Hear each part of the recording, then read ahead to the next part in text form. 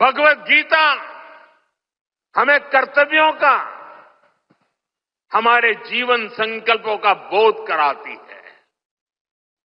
और इसी प्रेरणा से मैं आज आप सभी से कुछ संकल्पों का आग्रह भी करूंगा। ये आग्रह 9 संकल्प की तरह है जो हमारे वर्तमान और भविष्य के लिए बहुत आवश्यक है।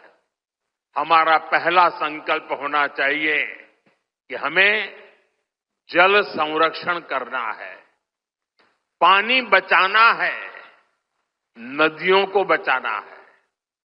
हमारा दूसरा संकल्प होना चाहिए कि हम पेड़ लगाएंगे। देश भर में एक पेड़ मां के नाम अभियान को गति मिल रही है। इस अभियान के साथ अगर सभी मठों का सामर्थ्य जुड़ जाएगा तो इसका प्रभाव और व्यापक होगा। तीसरा संकल्प कि हम देश के कम से कम एक गरीब का जीवन सुधारने का प्रयास करें।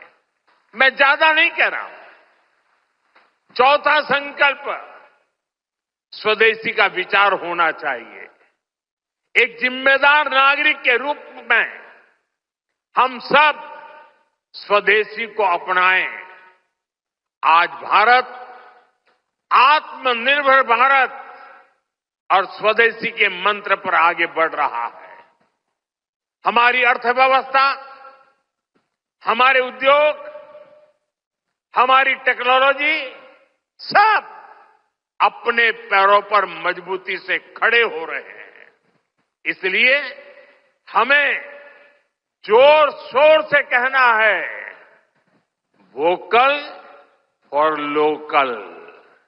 5वें संकल्प के रूप में हमें नेचुरल फार्मिंग को बढ़ावा देना है।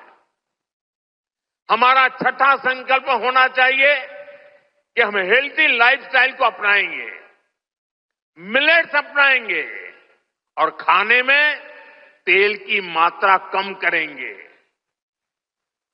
हमारा 7वां संकल्प ये हो कि हम योग को अपनाएं, इसे जीवन का हिस्सा बनाएं। 8वां संकल्प मैन्युस्क्रिप्ट्स, पांडुलिपियों के संरक्षण में सहयोग करें। हमारे देश का बहुत सा पुरातन ज्ञान पांडुलिपियों में छिपा हुआ है। इस ज्ञान को संरक्षित करने के लिए केंद्र सरकार ज्ञान भारतम मिशन पर काम कर रही है। आपका सहयोग इस अमूल्य धरोहर को बचाने में मदद करेगा। साथियों, आप 9वां संकल्प लें कि हम कम से कम देश के 25 ऐसे स्थानों का दर्शन करेंगे जो हमारी विरासत से जुड़े।